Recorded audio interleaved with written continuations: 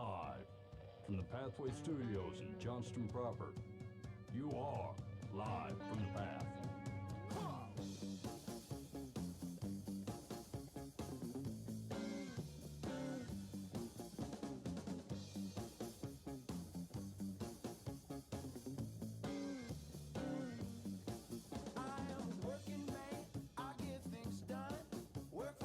No, we're gonna use them. I'm gonna do Mike, it. Mike, you can't start. Yeah, you're listening live from the past. Mike, stop talking. I'm talking to Philip right now. We're trying to run a program around here. Every time we get on the air, you're like, I'm Ben. I want to talk about stuff. Bibbidi bobbidi. And me and Philip are having a legit, real life conversation. Iron sharpens iron. Not pizza dough. Okay, here's what I'm saying. We got a big show. We got a bunch of stuff to get in today. We don't have any time for your riff-raff. Really big shoe. Okay. You're listening live from the path. This is you can bail right now. This is the time. You're like 30 seconds in. If you want to bail, I've given you the opportunity. Don't do Everything it. past this is your own fault. Okay. Here's what we got to go on the show. First of all, Phillip Ramsay. So we talked to Phillip 2 years ago, maybe. It seems about that. It's been a bit too long. So he's here to talk about the uncommon. The uncommon, and it's like he's going to explain it better than me. But it's like it's an intentional, focused set of experiences and community and accountability for people.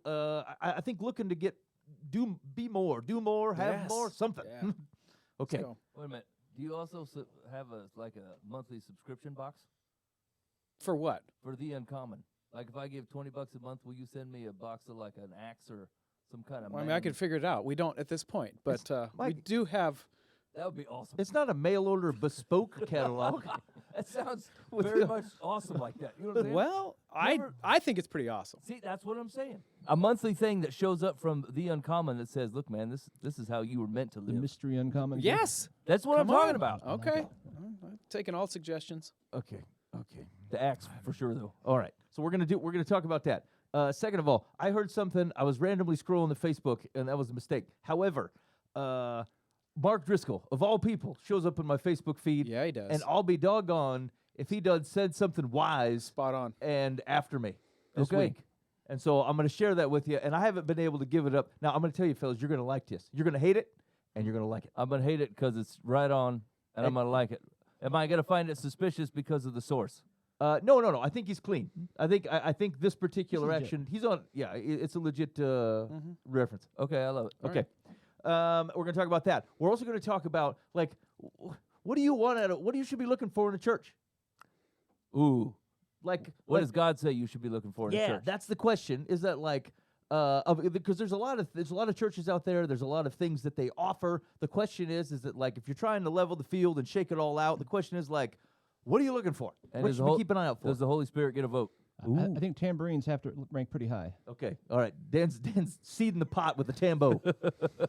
Okay, we're going to talk about that. Also, there was most recently in Iowa, there was a bill that passed that allowed funding that traditionally goes to the public school system to cover students, whether they're going there or not. So, as an example, I've got kids who are homeschooled, but our home district would be Southeast Polk. And so money goes there for my kids, even though my kids don't attend. So but this bill allows you to say, it's not all of it, but it's most of it. If your kid wants to go to a private school, can you take those funds, put them in an account so that you can pay for the private schooling, so that the parents have choice of when to send their kids? Question is like, I mean, there's pros and cons from a political process. I think what I want to talk about, like, how should we think about what it means for these type of choices? Because frankly, a lot of places could be diverted to, say, religious schools, as an example. But also, what is that? How do we think about what it is to impact or support the community, regardless of whether your kids are in those particular institutions or not? And so, we'll round out to that. There's something else, Mike. No, I didn't have nothing. That's a lot of topics. Okay, We got to move. okay, that's what we're gonna do. We're gonna head for that. Also, we'll see if we get to some advice on deer life in the path. At least one. Okay, all right, that's the goal. All right, so Phillip, let's start with you. Yeah. Thanks. So previously we talked to you. Phillip is a financial advisor, but they're different kind of financial advisor. As a matter of fact, him and his partner Brian run the Uncommon Wealth Partners. And the last time he was in here, it was super helpful because one of the things, key takeaways was we're missing out on life if we're simply living it to try to get to retirement. So as opposed to looking at like how do we live? I hate to steal a Joel Osteen, but like how do you live the best life now? How do you like? Are we trying to find as opposed to just say? I feel gross. Way to set me up. This feels really good. By the way, Philip loves that thought. Go ahead, Ben. healthy, wealthy, and wise. There we go. Okay, Philip/Joel says. Anyway, like it's a super helpful way of thinking because it doesn't say like defer your life until frankly your bones start to give out, but you finally got enough money to go do something. And like basically, how do you craft a life of which you get to live what you were made to be as early as possible, and like find your passion, see if you can structure your life in such a way that you get to do that, so it doesn't feel like you're working. And then frankly, you're not running as hard for retirement because you don't want to retire. You like what you do. And so that's an interesting conversation. You can totally go back on the podcast to just search for Philip. There's only been one on. I'm sure you'll pull them up in the podcast app. Disappointing there's only one, but it's only one so far. This will be number 2. But they were mustachioed and very devious. Yeah. We kept them off. There's no taxes talking there, so I don't get all that. But now, like, you're kind of, I'd call it kind of an expansion of the thought, where that is kind of, at least in some ways, focused on how you think about wealth planning to support that kind of thing. Now we're talking about something called the uncommon, which I think it takes that thought and expands it. So why don't you just share a little bit about what you're thinking about or the value of something like the uncommon? Yeah. All right. So great setup, minus the Joel Osteen. But we're going to have to pull out of the trash here. But Uncommon Wealth Partners, I felt like God really laid that on my heart. I never talked to a good advisor that actually helped me with money. We're always just trying to take my money, put it into an account, leave me where I was at. And I just thought, man, it just doesn't feel right. So I was like, how can we make this a better deal? How can we make it something of like, how has God uniquely gifted you? How can you use your giftings and steward them well to be able to pour into a way that you're uniquely gifted and get you to get excited about your life again? Oh, let's use your money to do that. And so Uncommon Wealth Partners was born. It's about 10 years ago. The brand, we really kind of got off about 5 years ago. But let's be honest, like financial perspective is only one part of people's lives. Yeah. There's so many other parts. And if I'm being honest, I get way more excited about the other parts. Financial is fun because I love people. I don't really love finances. There's a newsflash. There's Uncommon Wealth. But I do love where people are getting excited about what they want to do in the next day. I'm all about that. So what we've found is the Uncommon is kind of a way for us to pour into other people in such a way to be like authentic, give people the accountability that they might need, and just honestly have an open dialogue of the responsibilities that we have in our day-to-day life, which honestly, we're all fathers here. Nathan, are you a father? Of 3. Yeah. Oh, okay, yeah, so he knows. But we just have responsibilities, and they just keep piling up, and there's never really a good place to be authentic and be like, you know what, this responsibility, might been waned, or I haven't put a lot of focus on that. And so I really need some help with this. Give me some authentic community and accountability to help us with that. So that's where The Uncommon was born. I feel like one of my unique giftings, if I'm going to use my own advice on Uncommon Wealth Partners, is to exceed people's expectation and give them an experience that helps them open up and be real with where they're at. And so The Uncommon started because I was like, I don't want it to be a different brand than Uncommon Wealth, because I do have to be a good steward of people's money, and there's times where they give us all of their money. This is all my family's money, be a good steward. And so if I'm like, and I'm going to go over here and do this, I didn't want them to be scared, because honestly, this is how I'm uniquely gifted, and people understand like, oh, sounds like Philip would do this. So The Uncommon was born, and what we try to do is just give people experiences. Right now it's just guys, but eventually I'd like to have it where women can do it, where we give authentic community as well as accountability just to pour in. So we have 6 pillars.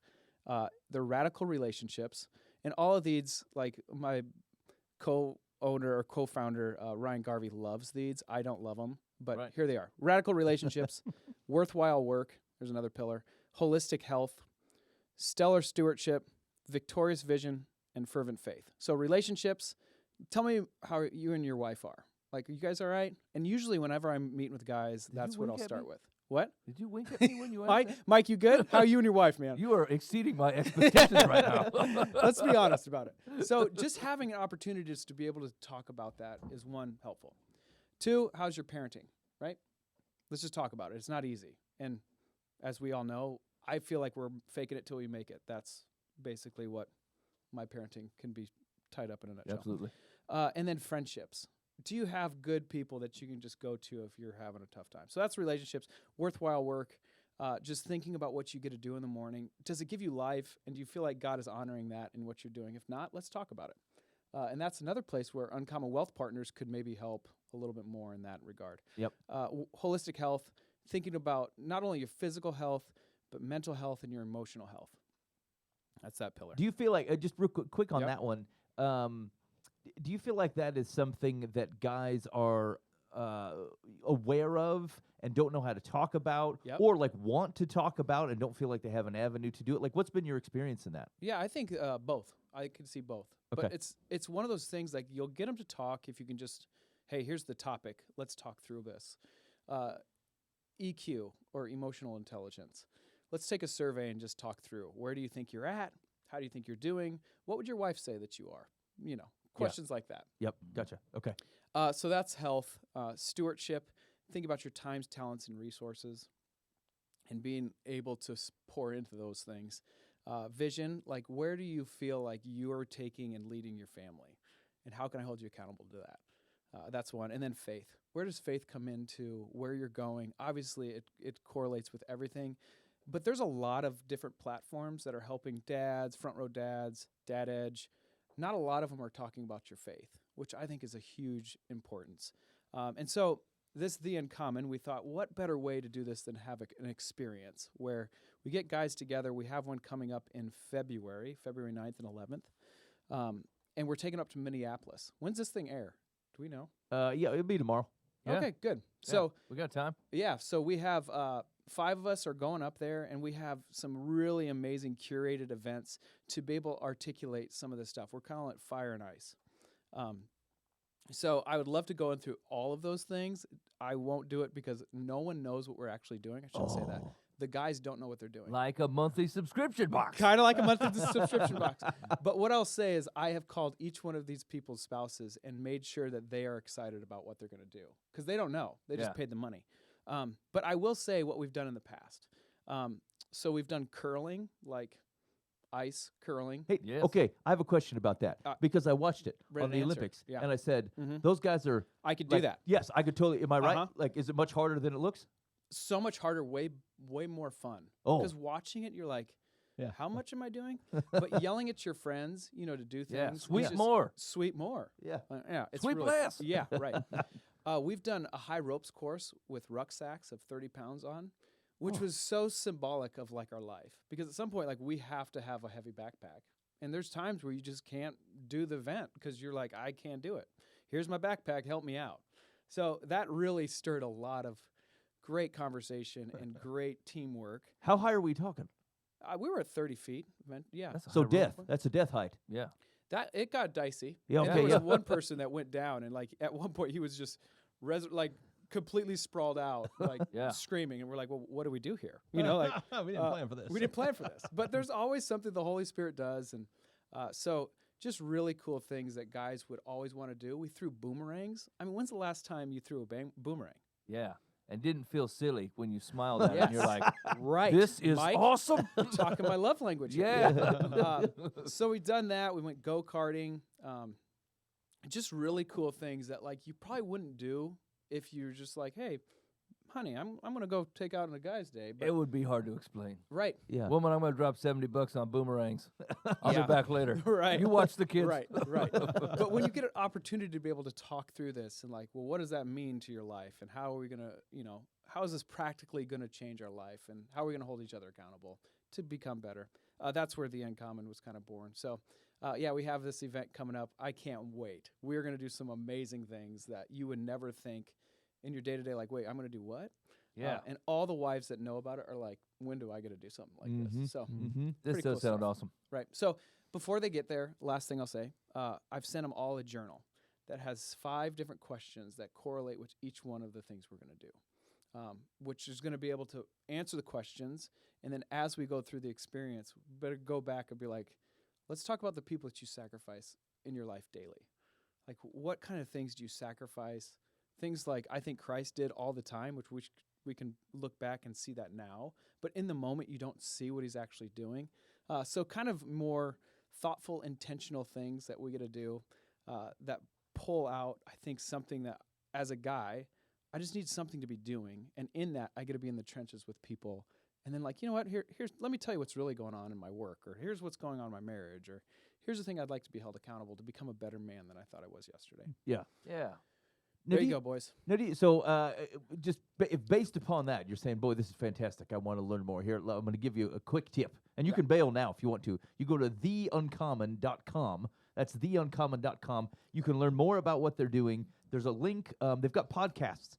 I listened to a couple on the way in. Okay, Mike checked them out. Yeah, they were good. Yeah. So and like they kind of walk through some of the pillars and talk about personal experiences related to those. Also, both Phillip and Ryan Garvey have shared their kind of their faith background within that podcast list. So like go check that out. You can just search for The Uncommon. That's 2 E's, and go look at that. And then if you're interested, because I think one of the things that's compelling is that like especially for responsible like fellas who or just want to do the right thing, it is sometimes hard to pull out of what the day-to-day right thing is, right? Like so if you think I mean, who hasn't worked a job where you're like, boy, I don't love this job, but I want to take care of my family? Yeah. Well, what was that from the with the Gru?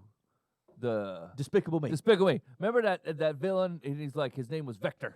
Yeah. It's like magnitude and direction. Yeah. I would say the story of most responsible, God-fearing, good dads, good husbands I know, they'll rock the magnitude.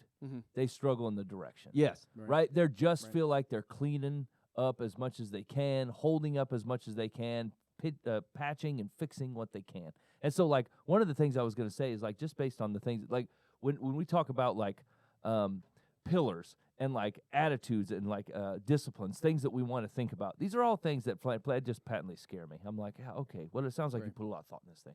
You know what I'm saying? Like, because the truth of the matter is, I don't subdivide my life that way. I don't think about it that way. And some of that is like leads to a lack of direction. Yeah. Right? Like it just means that like you're just moving and picking and going, hey man, I'll do the best I can. We'll put out a fire over here. Like my job has to have this. You know what I'm saying? Like you get torn up and you intend to do great things, but like honestly, it's your life living you, not the other way around. That's right. There's an intentionality to it. That's right. And so like if I can just talk to the Luddite Mike type fellas out there, listen, these like people dividing things up into disciplines and pointing you in a direction, like you're gonna rail against wanting to be a part of this thing because you're like, I got this on my own. I'll read Romans again. Like, and you can, right? There's nothing unholy about reading Romans again. But like, take some direction, take some community from people around you, some people that like God has gifted to think about this in a way that maybe you're not gifted in, right? Like I need led into things like this. I wouldn't do them on my own,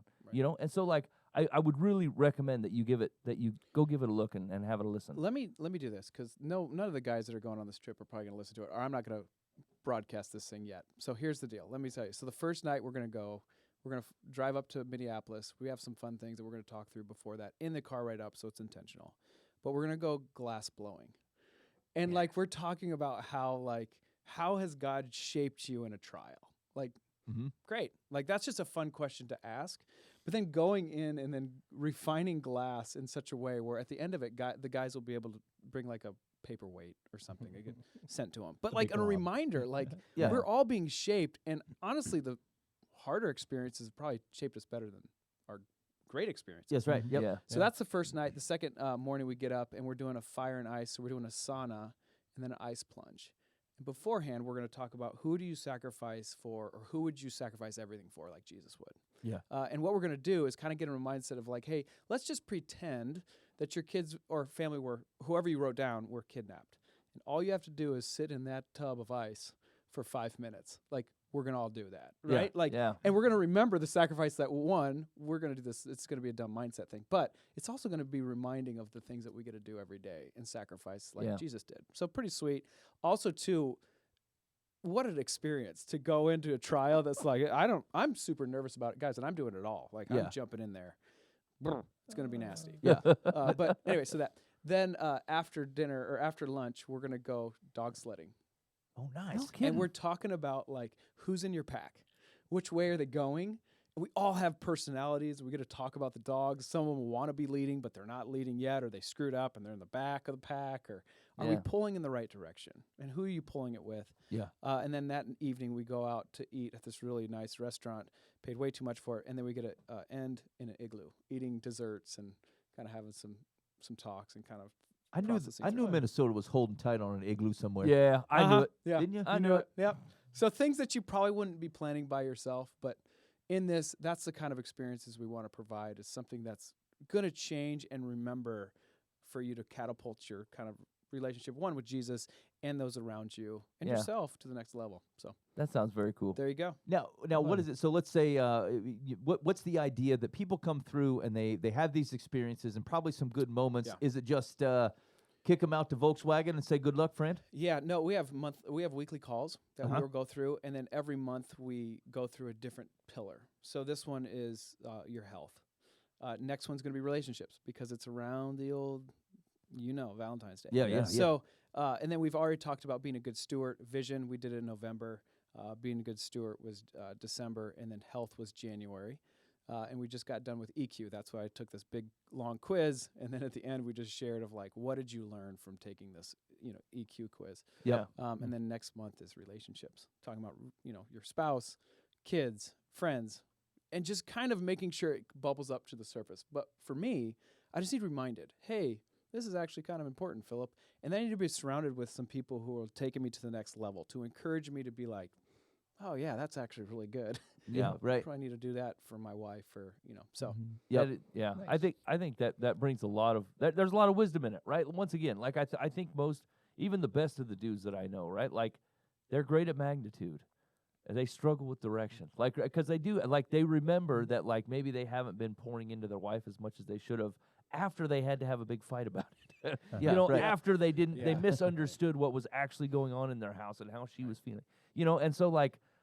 That stuff, I mean, it's not all completely avoidable, but like intention goes a long way. We can find a lot of ways to recenter our heart, not drift, some direction. So that all sounds very cool. Yeah, so I appreciate that, and Ryan has done a great job of giving tools and like the community some tools to be able to do. He just took his wife on kind of a vision casting weekend where he asked her all these questions. I think there was like 55 questions that he asked her before they went, and then they got to go on this little weekend getaway to Kansas City and talk about, okay, what are the fun things we did last year that we want to do again this year? Yeah. So like things like this. So like hopefully not getting you out of the doghouse, but keeping things on the top of your mind so then you can pour out to the people around you.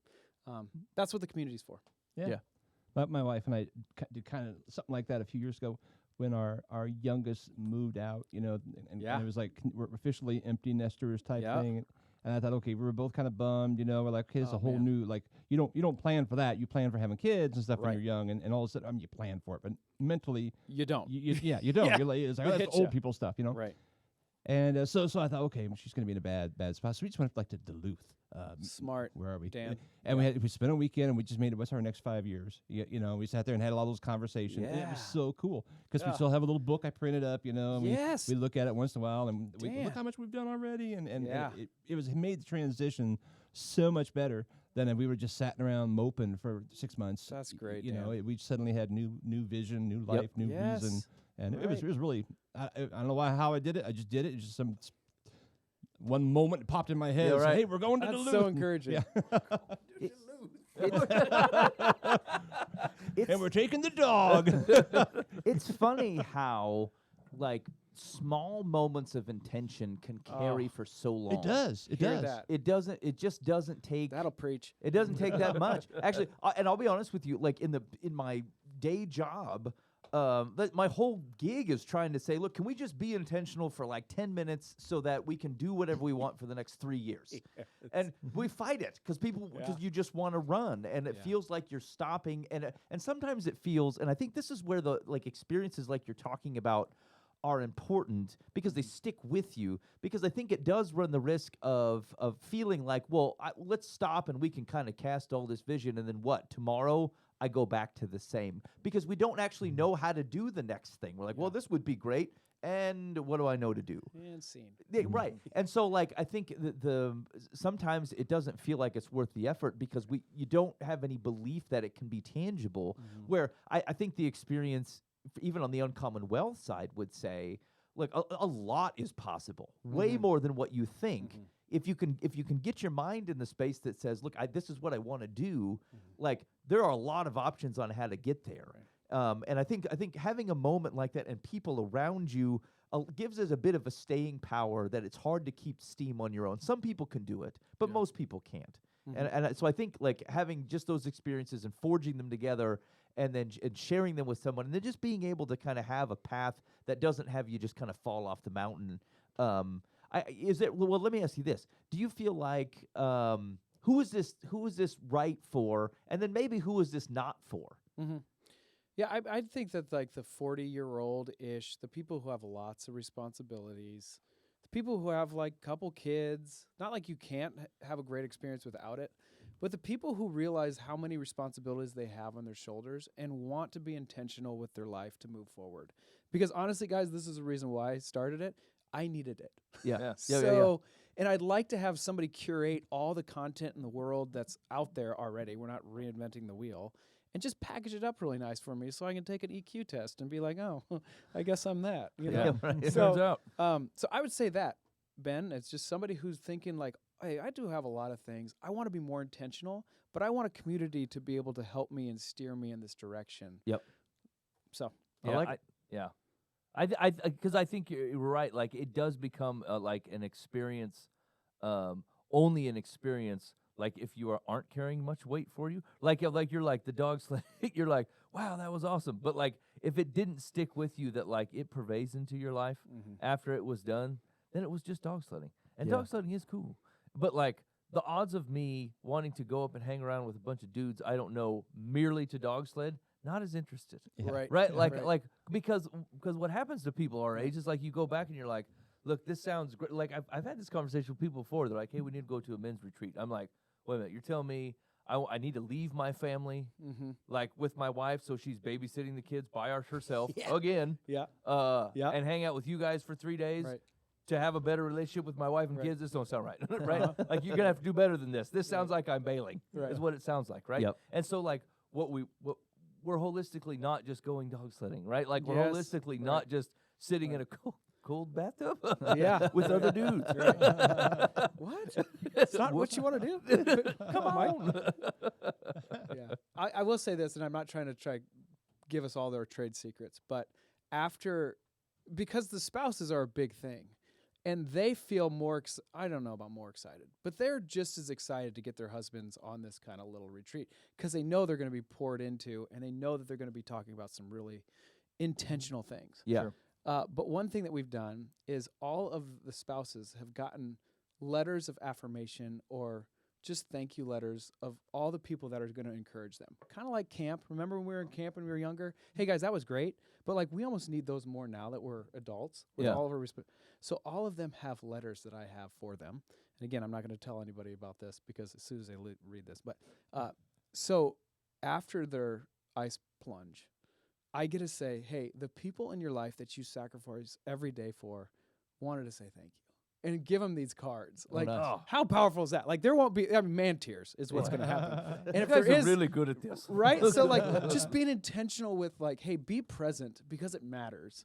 Like, I need this reminder, too. So, anyway, so that's kind of a cool thing that we're doing. So it's just not just have fun, but it's like now we have responsibilities to go back to. Let's be better stewards of that. So that's super cool. Okay, so do you still have room for people to go on? Not for like the this? February one. Not no, for this. Shut one. it down. Okay, excellent. So we have a couple other ones, and there might not be as not as in depth. We might not be going out. So we have 3 other ones planned. We have just an escape, which is May 19th and 20th. It's just like a quick recharge. Let's go do fun things. I kind of have some ideas. It should be a blast, but we're not going overnight. So nothing overnight. Then we have another elite one that we're going to do in Utah, which is going to be bananas. So we're going out to the arches and doing some amazing things, rappelling, 4-wheeling, things like that. But that's a price point that's not going to be for everybody. So probably business owners for that one. And then we have one that is we call this one an escape that we're doing in February. We have another escape November 2nd through the 4th. And it'll be similar to like this. Like, let's think trapezing, things like that Yeah, might stuff that can be done in Nebraska. Let's get think Nebraska. We're gonna do things like that, snake wrangling, things Get like your that. mind in the Nebraska kind of area. Yeah, you got it. So that's kind of the 4 ways that you can engage with that. If you want to kind of get out of your comfort zone and be poured into, would love to see you in one of those. Yeah, I appreciate talking about it. I get passionate about it. I also get passionate about people using their God-given gifts to be able to be a good steward of that. That's why Uncommon Wealth Partners is there. So anyway, so that's kind of the next That evolution. sounds super exciting. Okay, so once again, Ben, how do people get a hold of this thing? Okay, so a couple different ways. First of all, you're going to go to that's 2 E's, THEE, uncommon.com. And again, you can read more about about what they're trying to do. The pillars information is out there. If you can submit your email, and they'll give you a free download. There you I'm go. not sure. I didn't do it. It looks suspicious. It's Well, Pac-Man. I yeah. did it. Did you do it? Yeah, it's a Pac-Man that eats all your responsibilities. It's awesome. That's uncommon right there. And then he jumps on a trapeze. And then, okay. But then on that same page, or you can go to Facebook and just search for The Uncommon. They have a Facebook page, and you can kind of stay up to date with that. Go check out the podcast. Lots of interesting information out there, again, about the pillars, about Phillip and Ryan and kind of what they're trying to do. Super interesting, and they're relatively quick. Like, you can catch them if you're back to driving to work, you poor sucker. You can listen to it on the way there. Yeah. How you feeling about it, Nathaniel? Oh, I got a question. Okay, let's have wow. Yeah. Welcome to the party. Yeah. Why do you hate the pillars? Are you more of a columns? Oh, I love type the of guy? pillars. I love the pillars. What I don't like about it is the 2 words. The Kind of like alliteration. relationships. Yeah, the alliterations. Work. Yeah. Vision. I'm good with that. But no, Yeah. radical relationships. I guess that makes them uncommon. But like, to me, it's just like, let's talk about relationships. And honestly, we kind of went to those pillars because every time I would meet with one guy, I would go through those pillars. Hey, how's your faith? Yeah. Hey, tell me what you're working towards. Like, how's your work? Yeah. Tell me about your wife. Like, those kind of things. And so I was like, well, let's just start kind of describing these in a different way. And let's use So- rhyming words. Yeah, that was Ryan Garvey, everyone. Yeah. I love the guy. That's Ryan we're Garvey. All, yeah, we're all different, and Maybe come up with a song or something. That'd be great. yeah. But that's a good question. Okay. I don't know. Nathaniel, 2 questions. First of all, like, have you ever considered doing one of the polar plunges? Actually, every morning, I I long for a polar plunge. I after I'm done working out, I started it this month, Okay. January. Yeah. Well, son of a gun. After I'm done lifting, I'll hit the showers, Yep. and at the end of my shower, I'll stand there and I'll turn it to ice cold, and I'll stand there and I'll count in my head 30 seconds. Okay. And I've been meaning to titrate my way up, and I have not made it Yeah. past the 30 seconds. You're The a fact real that you're Samson. still doing it, I'm Yeah, giving boy. you credit. Day 2, you know it's coming, Yeah, and you still did it. yeah. Holy cats! And like, is it fortitude? Like, Well, I may have read some sketchy science. wait a minute. Are you trying? Listen to Are this you now. trying to highlight your swole? Yeah. Is that what you're trying to do? No, no, I would never. That sounds like internet wisdom. I'm trying. I'm not reading the bro science again.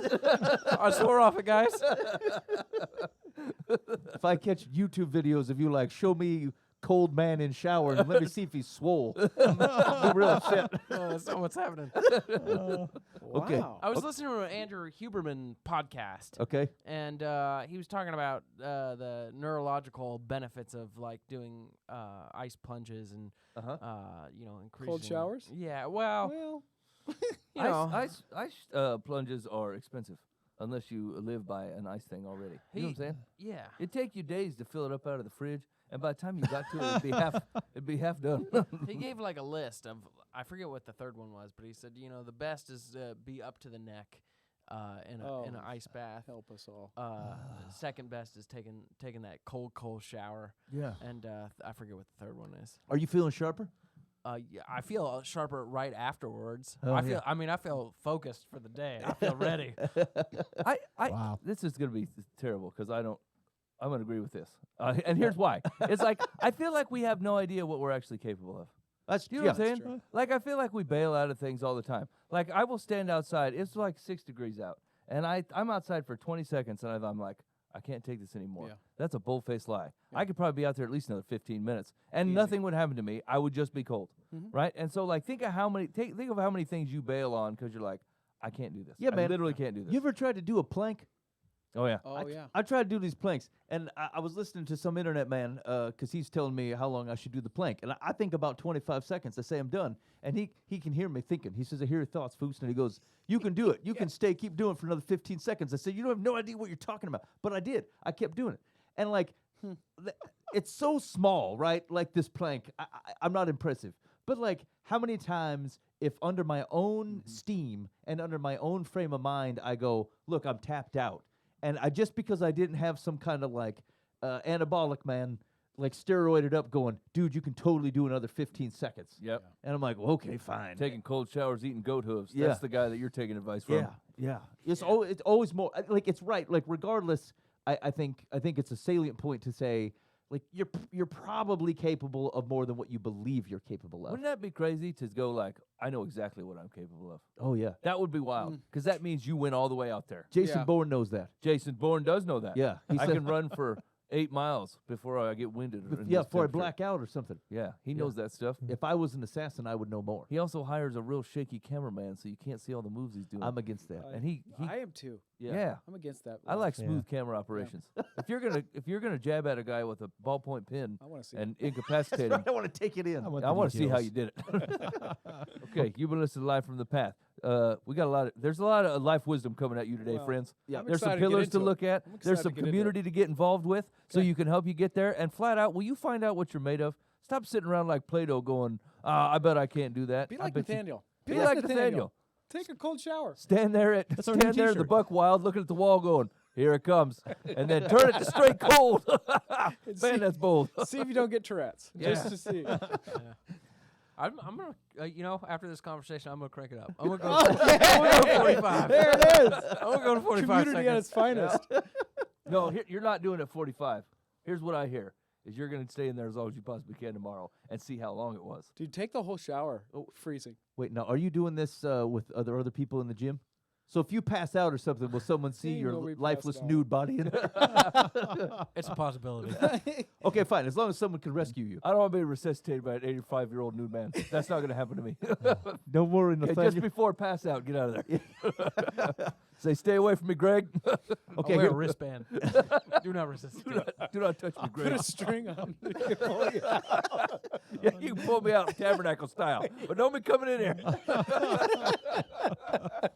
Dan, have you considered a plunge? I tell you what, ma'am, there used to be a gym here on the east side of town, northeast 14th, Swanson's. Back when I was a kid, that's how long ago. Yep. But it was also there when I was at college. So it was there for a long time. And there was a pool area. We had a family lifetime membership. So in college, I thought, yeah, free working out. So I still went out there. Yep.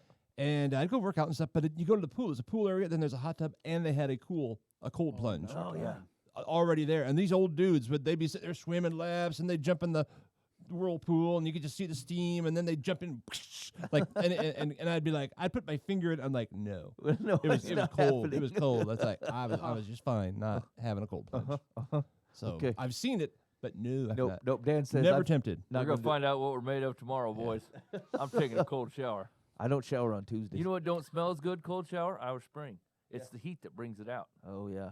And Huh. plus, there's nothing but cancer in that soap, but boy, it smells good. It's worth it. Cancer lather. All right. Okay, we got to move on. We got a bunch of topics Okay. in. Okay. Now, all right. Here's what I heard this week. Scrolling through the Facebook, doing stuff Is this Driscoll? yeah, I was supposed to be working. Marky D. I don't know what my internet behavior has brought on that Facebook goes, I think you're going to enjoy the return of Mark Driscoll. Yeah. But he says this thing, and I said, doggone it anyway. He says, you know what the fox in the hen house in your life is? It's your phone. Did you see this, Dan? I did. I watched that little clip. I thought, Yes. crap, he's right. Doggone it. So, but I even shared it. here's what stuck with me is the phrase, look at your phone. He says, you look at it more than you look at your wife. Yeah. You hear it, you listen to it more than you listen to your wife. You touch it more than you touch your wife. And I said, doggone it anyway. Freaking Mark. I said, good. Driscoll. Okay, so you tell me that's not true. It hits harsh, doesn't it? 100%. It does hit hard. It's I just- thought about recently switching to a flipper. Yeah, you gonna give a shot? I don't know. Here's You're the the thing. spearhead of this thing, Nathaniel. There's one thing that was really holding me back, Yeah. and this was it was this. I without my phone, I never grew up driving without a smartphone. I would get lost. Yeah. Okay. I don't know my way around town. Yeah, that's the excuse you're using, huh? No, wait. Now, here's the deal, though. I'm going to tell you what's much more dangerous than someone looking at their phone to see where to drive is the guy trying to maneuver a map while he's driving. I thought about getting a Garmin. Like a, Oh, yeah, like yeah, an- yeah. Wow. Yeah, I used to have one of those. I bet you can get it cheap. Yeah. Oh, I bet. No. On Every eBay. sucker's got their phone. No, Garmin they're gone with supply and demand. Those things have gone up 300-fold because they're like a guy that really has this. He's screwed. He really did something We got wrong. him. Right. He's gonna do what The he has thing to do. though, with his video is you can say that about a lot of things. Oh, true. I use my truck steering wheel. I touch it more than I touch my wife. Yes. I mean, True. you know, I touch a fork more than I Yes. touch my wife. That might That's say wrong, more Dave. about my eating habits, but I'm just saying. But he had a great point that we do spend too much time. Yes. Even in my wife and I she'll be on in the couch and I'll be sitting in my little chair doing whatever, and then she's watching cat videos on her iPad, and I'm going watching Mark Driscoll Being videos. convicted on the other side of the couch. Doing nothing. Hey, how's the cat? You know, and yeah, we can go a whole night and then like go, man, we should have been talking or something. You know, so I get it. It's It sticks, Yeah. right? Yeah. I probably said that 3 times this week to myself. And again, right, because like, and I don't talk to my fork, Dan. I don't know what you're doing at your house. we get along. But like, the point was salient. And so anyway, the next day I thought that it popped into my head, and I had my phone in my hand. It was actually a work email or something, and I put it down, and I said, I touched this more than I touched my wife. I said, I'm behind, and so I ran inside, and I touched my wife, and I said, woman, you're gonna have to like go. Got you. And she slapped you. Yeah. I'm going back outside. Amanda loves that stuff. I said, I'm behind, and so I don't know if you have to double pad your areas or whatever, but just know I'm coming around all day. And I did too. And I said, you know what? I like this advice. Just swipe her cheek. No, Okay, so did you see any like encouragement at the end of the night? Like, yeah. okay, Yeah, no, this works. This Okay. works, fellas. And I'm not, like, I don't know what goes on at your place, but I'm not saying, hey, I want to shake my wife's hand. That's not what I'm going for. I'm in for husbandly touches. Like, and I say, I want that more than I touch my phone. And so I got to get in on it. And it's been working. Yeah. I say it just gets to the right balance to me. it's good. That I like phone's it. a cruel mistress. Yeah. Yeah. It mistreats me. Yeah, it does. Yeah. How many of you, Dan? This is probably a question for you. Your kids have phones. Yeah. Do you feel like when they got phones, you were convicted of the use of your phone by watching them? Not so much because I put boundaries right away because I'd been around people who didn't. Yeah. And like my phone's almost off, probably 90% of or like the ringer's off. Right. And I miss a lot of calls, but then I'll go back to them. Sure. You know, so like if I'm with someone, my ringer's off. I don't even know. If I was home, I would just put my phone on the counter and just walk away from it. Not always, but Right. generally speaking. So they had it pretty. I mean, Right. I don't think. Yeah. I feel like I'm going to put a lot of restrictions on myself as soon as my daughter, she's 14, gets a phone. Yeah. Then I'm like, oh, Yeah. no, we're not doing that. But Yep. then I'm basically just telling myself, like, no, get off your phone, Ramsey. Like, Yeah. you know. Yeah. And they had to put their phones away before going to bed too, Right, because I they'd like go in there that. and hey, you I know, like and that talk and for myself. yeah. Right. Yep. yeah. I actually, my wife and I recently talked about I want to go buy an alarm clock because I use my phone as my alarm, and then as soon as I look it up, hey, I mean, I use part of my work, like I got offshore developers and people, executives were up at like 5:30 in the morning. Oh, and so like, Mr. Ben, big That's what I'm saying. important man, Okay. talking with offshore developers. Daniel's had enough of this. they live in India. What do you want me to do? Anyway, like they're working in the middle of Yeah. the night, and so like it's just there. It's right there. As soon as I pick it up, Boom. like there's something Yeah. I could respond to, Yep. or that maybe even someone's waiting for, and I feel like I'm holding them up. But like I wouldn't know that an hour later, and Yeah. so if I'd have just been downstairs, I could have. It would have been fine. I It haven't creates a slept sense in the of same urgency. room as my phone for probably 15 years at least. Because I used to have some guy named James who had my number. He'd say, hey, this is James. Can you pick me up like he was drunk and he needed to ride home? And I'm like, I don't know who you are. Oh, I was gonna say, was he legit looking for you, or No, it was whoever owned my phone that number Anybody. before me. That happened like multiple times. I thought, yeah, no more. I just Smart. charge my phone in the other room, and I'm not going to let James wake me up. Ooh, that's good. Yep. And I think something we've discussed before, which is like, it feels like, but what if I miss out on the emergency? Yep. And like, how many have you? Yeah. I haven't. I mean, when Sean passed away, Yep. it was in the other room, but for something just told me I need to go get up for whatever. Yep. But it was like, it wasn't super late, but it was like 9:30, 10, whatever it was. And like, I got that phone call. And other than that, I've never missed a thing. Yep. It's probably been 20 years. I mean, it's been Yep. somewhere between 50. I agree. I think Yeah. the only thing, I think one time it was like 2 a.m, and some of my family had texted that my grandma had died. I don't need to be callous, but she'd have been just as dead at 6 o'clock. Right. Right. Right. Like I just Most it- things. it Most didn't- things. Yeah, there's no reaction. It's not I mean, it's sad. It's a Yeah. huge life-changing event, but it's not an emergency. If you were the heart There's surgeon nothing who for had you to to get there do. to do heart surgery, Yes. that'd be one thing. Yeah. Right. Yeah. But most even in the spiritual realm, most things, even like there's been suicide stuff. It's been I've been able to catch it somehow. Yes. You know. Yeah. Yeah. Okay. Anyway, Good. just Yeah, I think that's valid. yeah, and so like Dan's right. You play it fully out. It's going to lose some of its steam. So don't do that. Just let it sit and say, look, if comparatively, what kind of time am I spending with this device versus what time am I spending with my close relationship? Choose spouse, kids. I don't care. And then it's frankly helped me keep a right sense of balance. Like how three times in a row I picked up my phone to go check something. I thought like I didn't check my wife today. I'm gonna go and talk to her, see how her day is going. Like it's just a good trigger. So anyway, it's been helpful for me this last You week. need to put a ringer on your phone for an alarm that's Mark Driscoll's voice saying, "You're an idiot," or That's something. right. Or, How dare you? "Don't touch your wife." Yes, sir. Yes, sir. We'll do. Who do you think you are? All right. Hey, you're listening to Live from the Path. Maybe you hate that advice. Let's hook us up on the Live from the Path complaint line, 515-517-0085. That's call or text. I got a complaint about that. Okay. I have text that number. Okay. you? Oh yeah. I looked because I Let's heard talk you about it. say that, and Yeah. I see no evidence to this. Now, Okay. Dan texted to say Dan is great. I saw that 2 weeks ago. I can't control what people send in. What's the phone number again? It's 515-517-0085.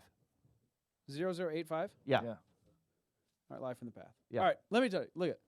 You just look at my phone, Ben. Okay, yeah, I mean, it does say that. Yeah. What did I say? Mullet. Mullet. Mullet for good I measure. remember what it was, but I have sent the mullet. I wanted a mullet. Yeah, I know what that remember. was. It was a That picture. was the picture of Todd Gordon. Yeah. Yes, I wanted Todd to get the mullet. You did mention something a couple weeks later that someone had sent in mullet. Okay, no, I think That that's was because me. he told me. I think because he Okay. told me that he had done it. I'm telling Okay. you, I Uh, have the evidence that I prove that I'm. Yeah, and actually, Todd owes us a picture. Yeah, he does. Okay, We'll take care of it. I think we're gonna have to ask his wife. Okay. I'll send you that just so you have evidence that Okay, I did send this it in. totally happened, Todd. Okay. Anyway, let us know. Live from the Path, 515-517-0085. Okay, next Look big. at the beastliness of this phone case. Let me see it. Daniel. That's a real. It's got like rivets in it and Is it stuff. like an otter? Oh wow. I mean, it's gonna be hard to switch to a flip phone. No, When he's got this But like is it? Superman of a case. that is It's like crazy. you It's could like throw an iPad this in his from pocket. 6 miles away. Hey, let me ask you this question. Why he's not here? Do you think that's like a pick bull, big truck type of thing? No, I think he bought it based on advertising. Oh. It's like he saw it and he thought, who's the kind of like A-level top shelf dude would have a case Somebody like this? cold showers. Yeah, bad that's right. for us. I'll tell you that right now. Cold shower Yeah, and drops you know his why phone. you don't talk about Bruno? He got a case like that. Yeah. Dude, I wouldn't buy a case like that because I thought it would come with that cold shower thing. I said, yeah, I can't keep up with the Joneses here. All right. Next big question on the docket. What are you looking for in a church? So let's say you're moving, and you're in a new town. You can't use your old confines, and you're saying, boy, there's like 1 million churches out here. What are we looking for? What matters? What matters for at a core spiritual level versus what is if you got the stuff that matters, this stuff maybe you can take or leave. Okay, so let's bring in just a thought from last week when we were talking about especially Western culture churches, right? Is like is what's enough, right? So like if we were to lose the worship band or the sweet building or comfortable chairs or even childcare, let's say your kids had to sit with you, Yep. right? Like, would you still come here? Is the community enough? Right. Right? I think to go one step further, Yeah. preference too. Like Yep. people just got through COVID. I'm not going to church anymore. Oh, I don't want to do video. Oh, you're making me do masks. This kind of stuff. So Yeah. talk about like where do preferences go into your choice of churches? Yep. Too. Yep. There you go. Okay. So one, let's put it through the absolute first filter. Like I think you have to pray on this. Yeah. I think you for sure have to pray on this because it's very possible God will weigh and measure your preferences and go, I don't care. I have a place for you to be. and this is where I need you to Could go. be. Yep. Totally could be. So like that is definitely not off the table. And I think if you are actually want the Holy Spirit involved in that choice, you know, he might very well put your preferences aside. So let's say that he didn't. He said, "I love you. I want you. You pick the community. We're fine. Go ahead. yeah. You pick it." So now where are you at? Okay. So the first one is the teaching of the word Yeah. for me. Like it's got to be like it's got to be Bible, obviously. Like this is core Bible. And that is it's Jesus's agenda. Okay? And so I would prefer personally I prefer like exegetical stuff. And so like going, you know, book by book. More so, and it's not because you can't do it the other way. It's just, and maybe actually it's just me because that's what I would teach that. But like I feel that's where it runs the least risk for me into like, hey, here's how you live a better earthly life, which I think Jesus actually does. But I think it runs a risk. It runs the biggest risk of blending like life coach with Bible teaching. And so I think that's the strongest for me is that I would be getting like solid Bible teaching that people actually I've run into this a few places because like every once in a while our house church will be like, hey man, something going on at a church somewhere else, everybody go, and so we just go visit there. And like I agreed with like 90% of the thing the guy said, but he justified it from the wrong passage. Like he didn't exegete the text very well. And it was like, well, I mean, yeah, that's right, but like that isn't what that piece of scripture means. And even though it was okay in the moment, it creates a risk because I'm like, I mean, that you could then pull out all kinds of things of which the scripture doesn't justify. You should go find the scripture that does justify it and say that. And so I'm pretty persnickety when it comes to with. Sorry. This is percent true. We Yeah. went to a church last week because someone we knew was getting baptized. So house church goes and visits this church. And like the guy is, I ain't kidding you, 2 minutes into the sermon, and Ben has pulled up the Blue Letter Bible app Greek and is tapping me on the shoulder from a pew behind me. Look at this. All right. You're not using that right. I'm like, all right, Ben.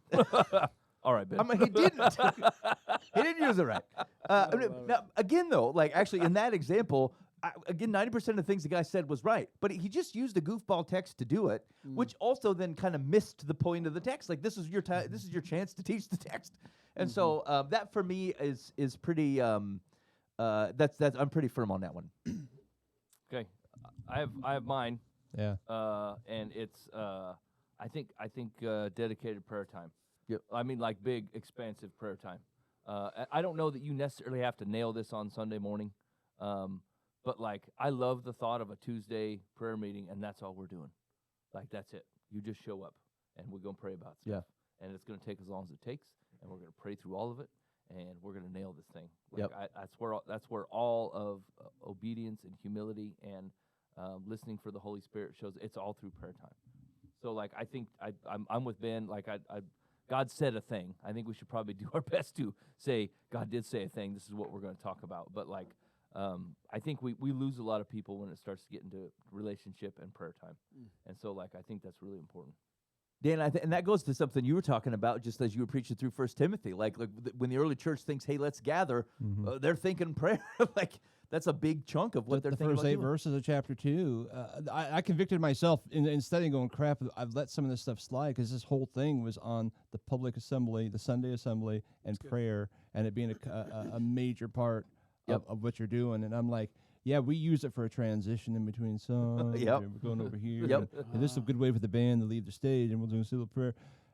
I even, for 100 years, I used to always have just a pause before preaching. I'd just have, okay, everybody just pray. You know, just this is God's time, not mine, you know, blah, blah, blah, and we'd pray.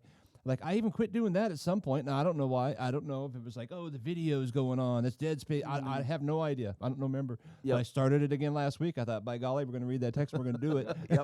You know? Good for you. Yeah, I mean, it's like, it was embarrassing to me to see that we had slid to prayer being a token as opposed to, like. And it is hard to do, like, in the way that we run our church services, right? Especially when we talk about, like, think a bigger church, you know, like all the lights are on stage. People, it's set up like a concert, Right? right? It's And so like it's hard for people to not like be brought into that mind space. And so like asking for their participation or like stuff to pray about, you know, like it could drag on forever. Like we run into this problem all the time at House Church. Like we do a prayer time right after worship, and sometimes Ben doesn't get to preach that Sunday. Nope. Because it was just prayer time. I lost one like 5 weeks ago. Like it didn't happen. I mean, we've been in Matthew 5 for I and Kenya 2 months. We can't get out of it because we keep having prayer time, and it's just like praise and prayer and like blah blah, and like sometimes it gets to be like, Ben, you got about 5 minutes. He's like, well, dang it, I can't talk about lust and divorce in 5 minutes. Yeah. We're gonna have to push. Yeah. And so like I'm not saying it's like the prescription for doing great things, but like it's so amazing to hear like what God is doing in other people's lives and like what he has designed for yours and the way that he's moving in your community. When you got to see what God's doing with you as a body of believers, right? You would never know that if you didn't get to pray together. You would never know. People are holding like these awesome silent things that God has done, and like you didn't get to know. Ooh. That stinks. or struggles. Like I think we get the opportunity, and again, it gets harder in bigger context. But like, I mean, sometimes the type of kids are in the room and our thing, and like some of these questions they're asking as I want. There's a burden on their heart about something, and they're asking like a hard question. How do I think about this relationship with people? How do I support these kind of folks? The stuff kids are going through at school, the types of things like what a chance for like their whole community to be able to pray on them and pray with them. Like it's hard to do. And like I've always struggled with like how do you do that well in bigger context? And I think there's ways to get there. But like I think the first few times it happened where we're at, I felt like, oh man, like I'm supposed to. It took me a little bit to get over that. Like, hey, you know what? It's okay today that I didn't teach through this particular set of phrases. We'll get to it next week, and we got to spend the time in prayer and like have that not feel like we didn't fail. This was a success. This is the right way to look at it. And so it's a gathering of God's people doing their thing. I mean, that's right. It's that's right. I think another thing that some pastors, especially nowadays, will go straight to the application. Like, hey, let's talk about how we can apply this. Yeah. And I would say, I guess maybe sometimes the text will go to a good application, but let the Holy Spirit do the convicting. Do the convicting and do the application, and then let that be in your community groups, whatever you have, or the next week of like, hey, here's how the Holy Spirit convicted me. I haven't talked to my brother in 5 years, and I called and I just asked him to forgive me. Whoa, like I never was going to say that in the pulpit, but I'm grateful that the Holy Spirit did that for you because we were just talking about Paul being in prison. Who knows how it's going to do, and I think that this day and age, it's all about, well, this is how you apply it. This is how you apply it. Well, yeah, maybe, but. Yeah, maybe it is. And frankly, like sometimes it runs the risk of sounding like human advice, right? Like, and if you'd let it simmer, like the Holy Spirit just sat there and poked and poked and poked and poked, and you're like, all right, what is this? Yes. What is this? Right. You're like, okay. And then like the preaching planted a seed out of God's word, and the Holy Spirit just sat there and beat you with it for like 3-4 days until you're like, okay, I get it. And then and then that's it. But if Ben would have just said, hey, you need to call your distant relatives and fix those relationships, I'm like, what do you know about it? Yeah. Well, I mean, honestly. Right, then it's under my authority. Like, well, what do you care what I under think? what? Ben's authority? Hey, I had to call you. Ben's after me. No one cares. But when I call that relationship and go, look, man, God's been after me about this, which means you and I need to figure this out. And like, that's way different. No one gives two craps if Ben says that's what we're supposed to be doing today. Yeah. Right. I found that to be true.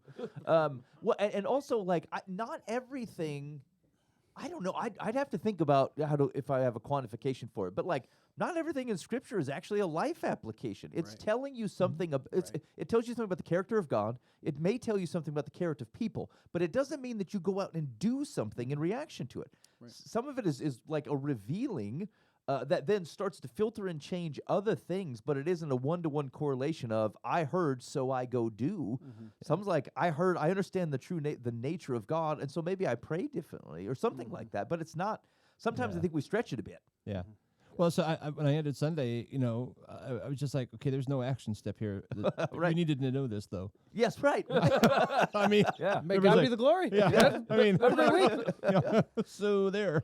Yeah. True. Like what? Like prescriptive and descriptive, right? Yeah. Like you don't read the Psalms and go, man, I wish I could lament like David. I wish I could just conjure up the Lord to kill all my enemies. Like there's not a good application there. You know. Yep. I think that's right. Okay. What so we've talked about I think some of this stuff before. Like when it comes to here's maybe my encouragement when it comes to like music and things. Is like I'd find a way to find joy in whatever's going on. Like if the other things are hitting, like I just like it's just such it'd be too bad to get turned off by The tunes. like and the nature of it. Like if you can connect with the words, if you can try to worship and like really listen to what's going on, and embrace it. I'll tell you this, like but one of my core encouragements when it comes to worship is to sing and to sing loud, even if you think it's terrible, because there's a connection. Shoot, my kids keep making fun of me because they go because there's a connection between what you feel on the inside and what you express on the outside. So if you're like, hey, I'm praising Jesus, and you're not singing at all, you're mumbling to yourself, and you feel real awkward about what to do with your hands, like you don't want this kind of disassociation between what's on the inside and what's going outside. Same reason why it's okay, like to posture in prayer. It's the same reason we anoint with oils. It's connecting something you're asking internally with an action you're taking externally, so that you're a holistic being. And so I would say that, like, as you approach worship in any context, like the first thing I try is like go at it with some gusto. Get yourself involved in it, regardless of whether you heard the song before, regardless of whether you like the song or not. Give that a shot first and see whether God meets you in it. That's hard, Ben. That's been my experience. That's hard. No, it's not. Like well, I'm not saying like the singing out loud part. That's no problem. But like once again, we went and visited a church, right? I don't know any of these tunes. I know. And like I was ready. I mean, I was primed. I love it when I'm not leading worship because like I'm like, let's sing the tunes, boys. I'm in. Both hands. Let's rock it. And then I kept singing songs I don't know. I'm like, well. I can't even sing loud because I don't know what's coming up next. Yeah. And then by the second verse, I think I got it, and I was wrong.